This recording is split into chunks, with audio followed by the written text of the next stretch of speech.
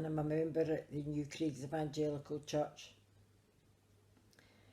I'd like to speak to you a wee bit about how Huntington's disease has affected my life in a big way. I met a lovely Christian man in 1977, Raymond, and we married in 1978. We had 2 boys, Alan, born in 81, and Christopher, born in 82. At the end of 82, not long after Christopher was born, Ray's dad and mum had told us that Ray's dad was diagnosed with this condition. This is a genetic condition, Huntington's disease. At the time I had never heard anything of it, so it didn't really affect me in any way. But his mum and dad asked us to attend some meetings and gather as much information about it because it was genetic. So with it being hereditary and genetic, there was a 50-50 chance that Ray and his sister Wendy could develop this condition later on in life. So as a young couple, both Ray and I did this as asked of us. We went to the meetings and gathered as much information about it as possible. And because we didn't see Ray's dad very often, maybe 4 times a year, and he was a later onset, he wasn't diagnosed until he was 60, I didn't see much change in him. I wasn't living with him. So it didn't really affect me in any way. Ray and I just got on with our life, and we were just happy-go-lucky with members of the church at the time, our local church down in Dalgety Bay where we lived. And God was a big part in our lives.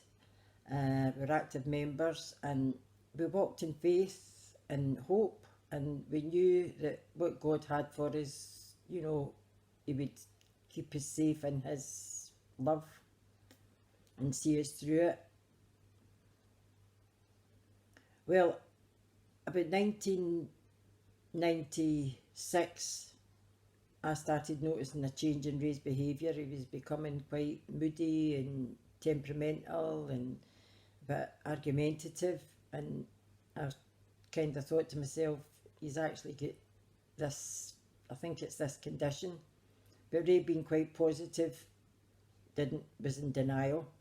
So by 1990, finally we got the diagnosis, and it was positive that Ray had Huntington's disease, possibly having it about 5 or 6 years before, but that was the start of the condition. Now, at the time, this had a big effect on me because I was quite annoyed that Ray was in denial, and speaking to counsellors and the people that helped me about it. You know, as I said, I was quite angry with God, I think, at the time. Made me bitter and angry because I was losing the man that I loved to this thing, this condition.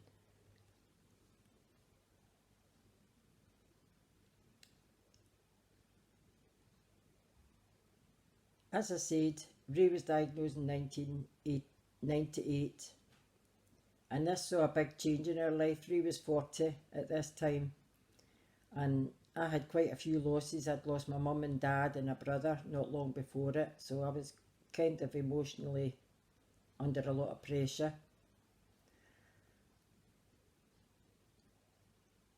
In 2002, Christopher, my son, was diagnosed as well. He was 21, and Ray's sister was diagnosed positive, and she was in her late, just 40. In 2004, Ray's dad died with the condition. He was 72 when he died, but he wasn't affected too badly. He was quite mobile. You know, to me it didn't look as if it was a bad illness. But the way Ray was going, and the way Christopher was as a young boy, I had 3 people in the family with this condition. And that I knew, I was devastated, absolutely devastated. But you know, God's good.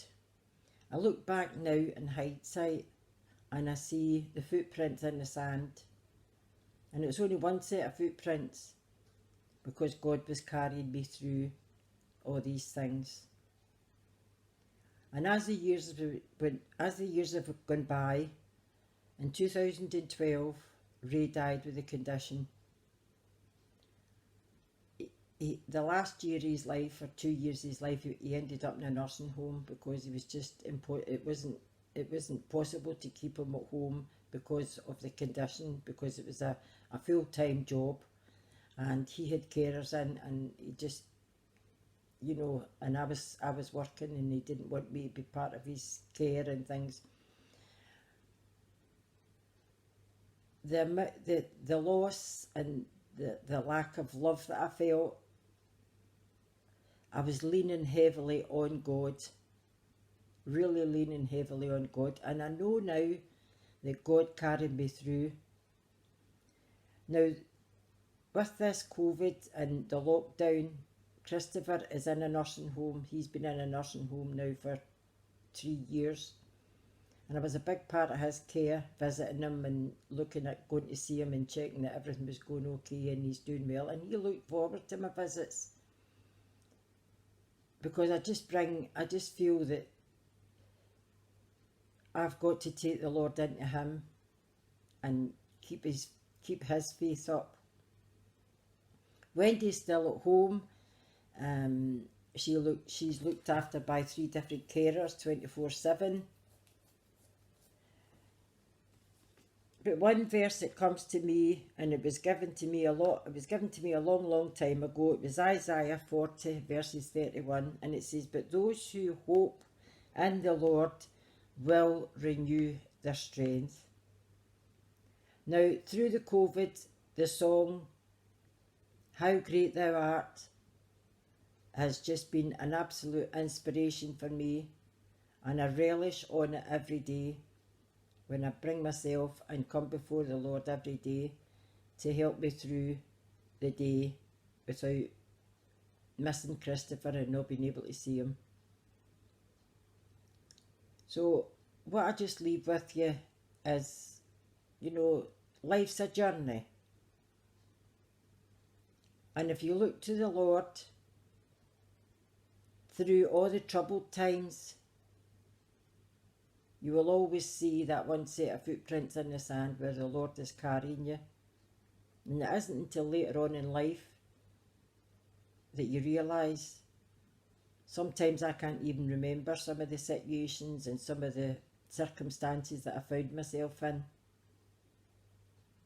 But I know that the only way I've got through it all has been having the Lord on my side.